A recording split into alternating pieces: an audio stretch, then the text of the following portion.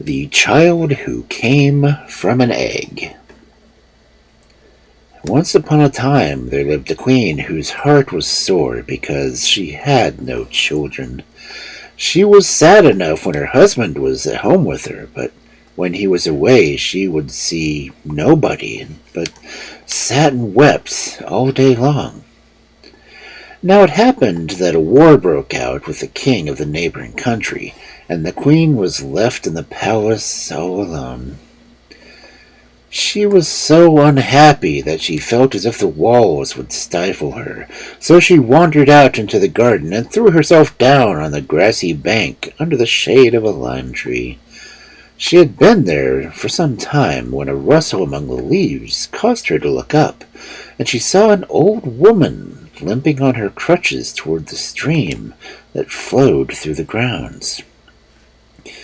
When she had quenched her thirst, she came straight up to the queen and said to her, "Do not take it evil, noble lady, that I dare to speak to you, and do not be afraid, for it may be that I shall bring you good luck." The queen looked at her doubtfully and answered, "You do not even seem as if you have had a very lucky yourself, or to have had much good fortune to spare for anyone else." "Under the rough bark lies smooth wood and sweet kernel," replied the old woman. "Let me see your hand, that I may read the future." The queen held out her hand, and the old woman examined the lines very closely.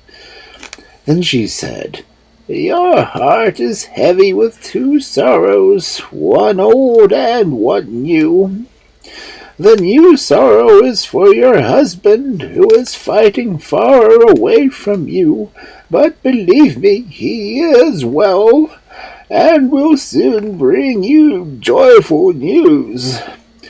But your other sorrow is much older than this. Your happiness is spoilt because you have no children." At these words the queen became scarlet and tried to draw her hand, but the old woman said, "Have a little patience, for there are some things I want to see more clearly." "But who are you?" asked the queen, "for you seem to be able to read my heart." "Never mind my name," answered she, "but rejoice that it is permitted to me to show you the way to lessen your grief. You must, however, promise to do exactly what I tell you, if any good is to come of it." "Oh, I will obey you exactly," cried the queen, "and if you can help me, you shall have in return anything you want for." The old woman stood thinking for a little. Then she drew something from the folds of her dress, and undoing a number of wrappings, brought out a tiny little basket made of birch bark. She held it out to the queen, saying, "In this basket you'll find a bird's egg. This you must be careful to keep in a warm place for 3 months, for when it turns into a doll, lay the doll in a basket lined with soft wool and leave it alone, for it will not need any food, and by and by you will find it has grown to be the size of a baby. Then you will have a baby of your own, and you must put it by the side of the other child. Bring your husband to see his son and daughter. The boy you will bring up by yourself, but you must entrust the little girl to a nurse. When the time comes to have them christened, you will invite me to be the godmother to the princess, and this is how you must send the invitation.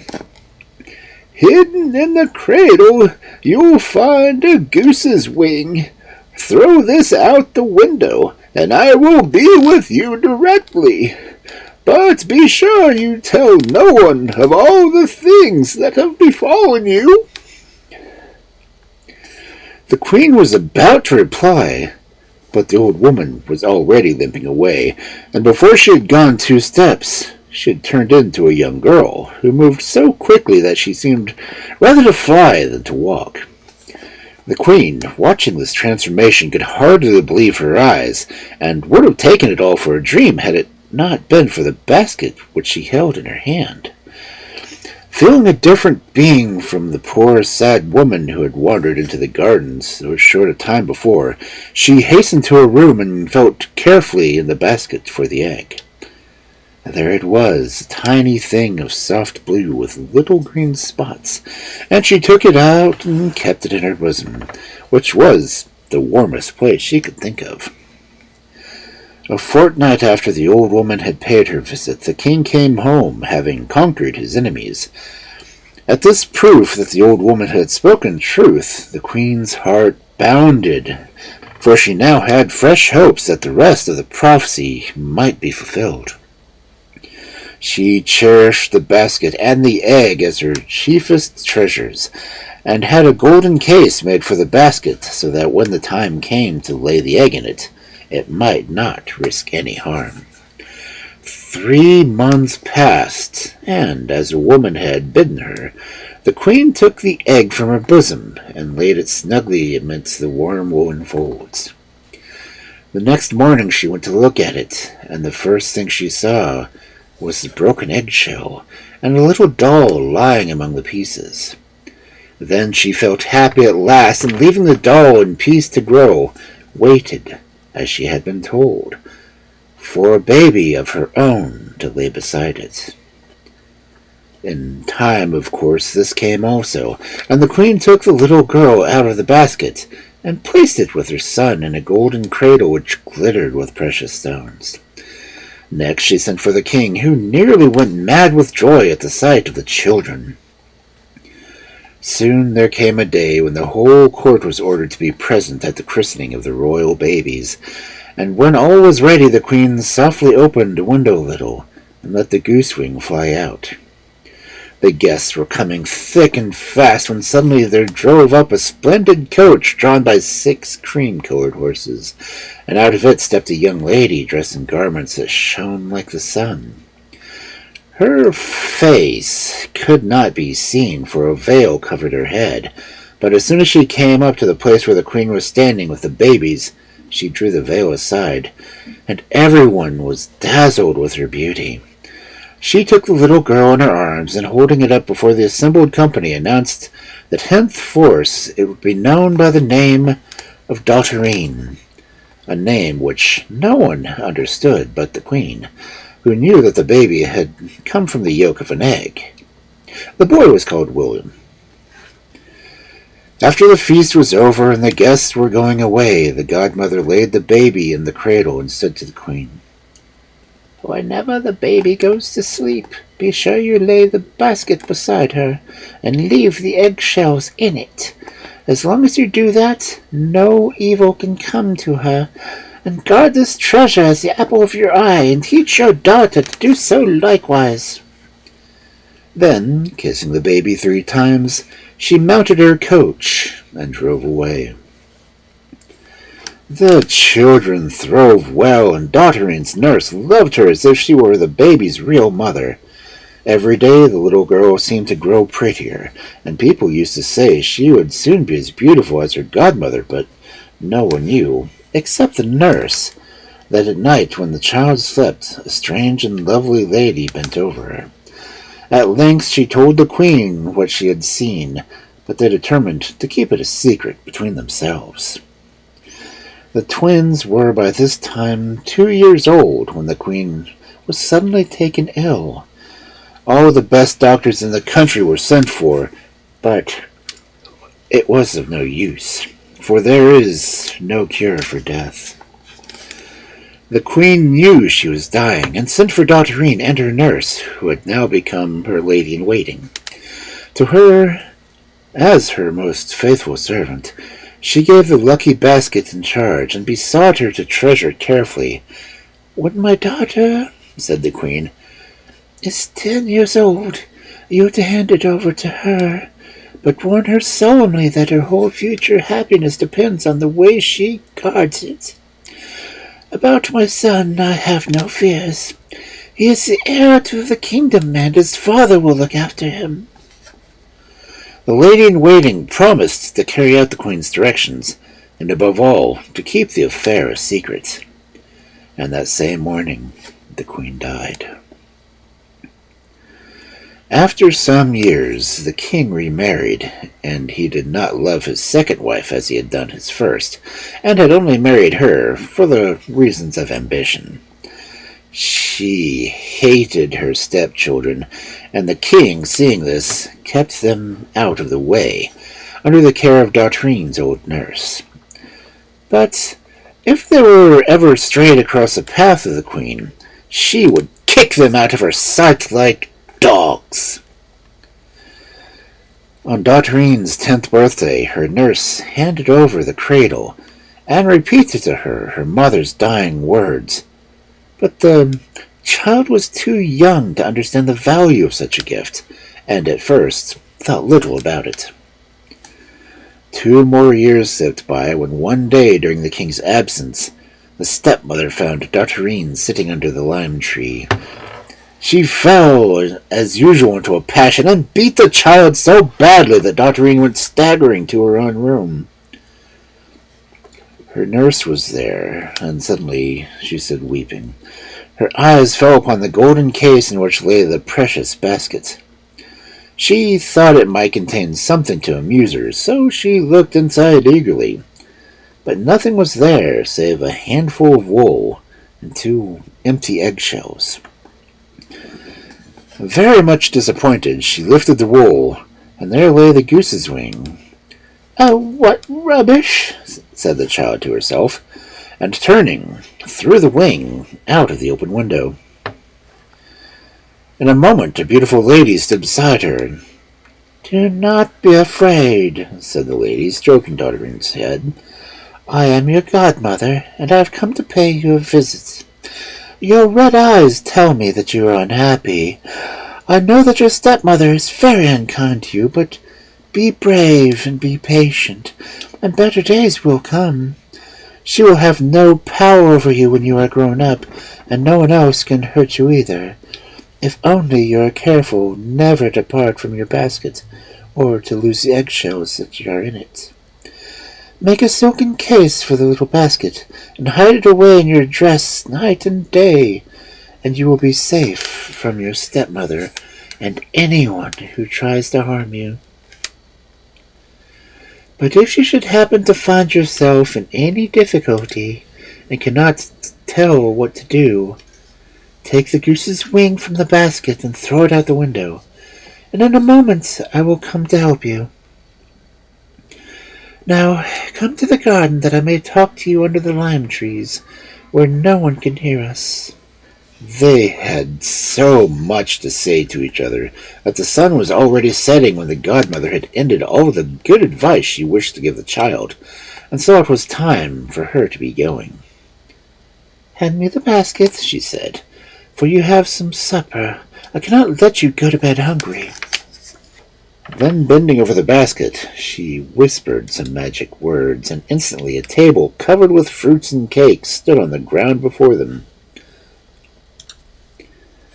They had finished eating. The godmother led the child back, and on the way taught her the words she must say to the basket when she wanted it to give her something.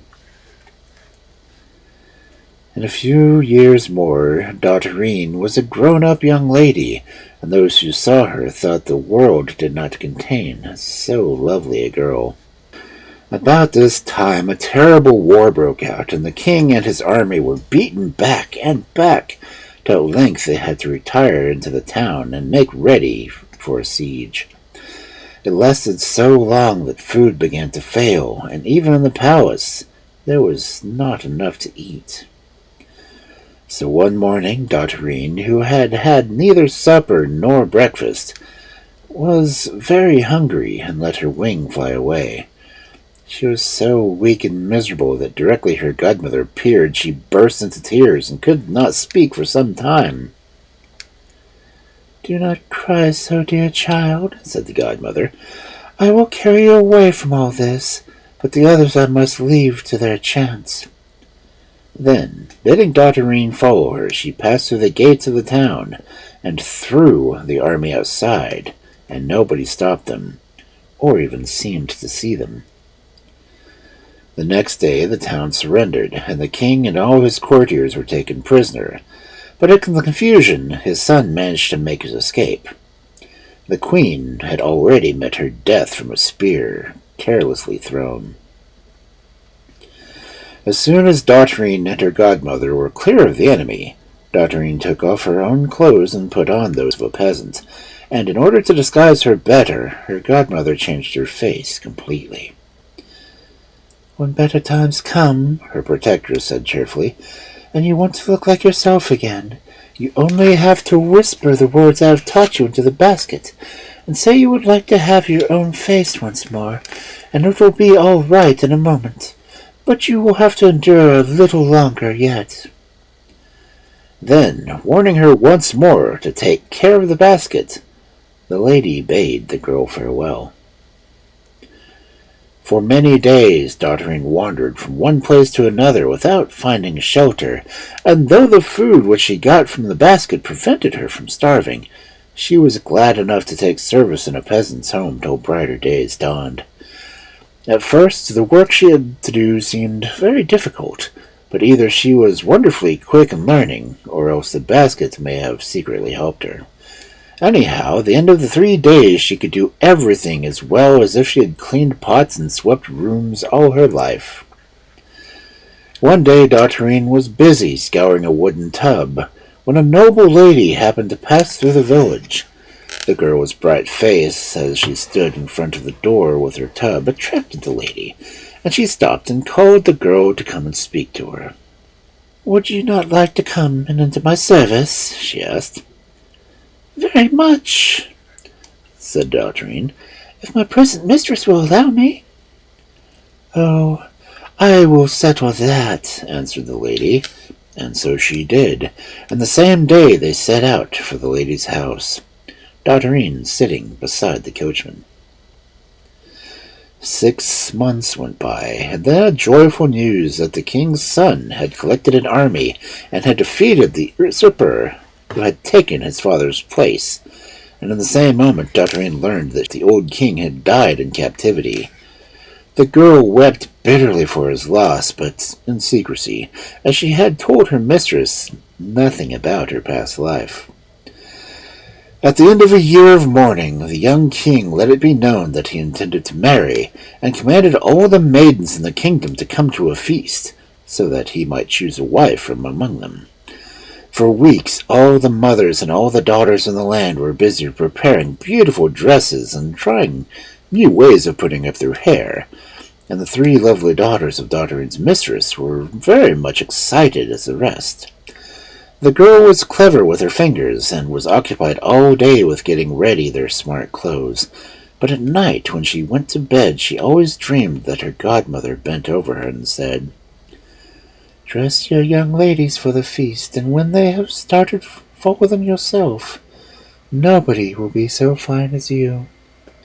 When the great day came, Dotterine could hardly contain herself, and when she had dressed her young mistresses and seen them depart with their mother, she flung herself on the bed and burst into tears. And then she seemed to remember the voice whispering to her, "Look in your basket, and you will find everything that you need." Dotterine did not want to be told twice. Up she jumped and seized her basket and repeated her magic words, and behold, there lay a dress on the bed, shining as a star. She put it on her fingers, it trembled with joy, and looking in a glass, she was struck dumb with her own beauty. She went downstairs, and in front of the door stood a fine carriage into which she stepped, and was driven away like the wind. The king's palace was a long way off, yet it seemed only a few minutes before Dotterine drew up to the great gates. She was just going out to alight when she suddenly remembered she had left her basket behind her. What was she to do? Go back and fetch it, lest some ill fortune should befall her? Or enter the palace and trust a chance that nothing evil would happen? But before she could decide, a little swallow flew up with the basket in its beak, and the girl was very happy. The feast was already at its height, and the hall was brilliant with youth and beauty, when the door was flung wide, and Dotterine entered, making all the other maidens look pale and dim beside her. Their hopes faded as they gazed, but their mothers whispered together, saying, "Surely this is the lost princess." The young king did not know her again, but he never left her side nor took his eyes from her. And at midnight a strange thing happened. A thick cloud suddenly filled the hall, so that for a moment all was dark. Then the mist suddenly grew bright, and Dotterine's godmother was seen standing there. "This," she said, turning to the king, "is a girl whom you have always believed to be your sister, and who vanished under the siege. She is not your sister at all, but the daughter of a king of a neighboring country, who was given to your mother to bring up, to save her from the hands of a wizard." Then she vanished, and was never seen again, nor the wonder-working basket either. But now that Dotterine's troubles were over, she could get on without them, and she and the young king lived happily together till the end of their days.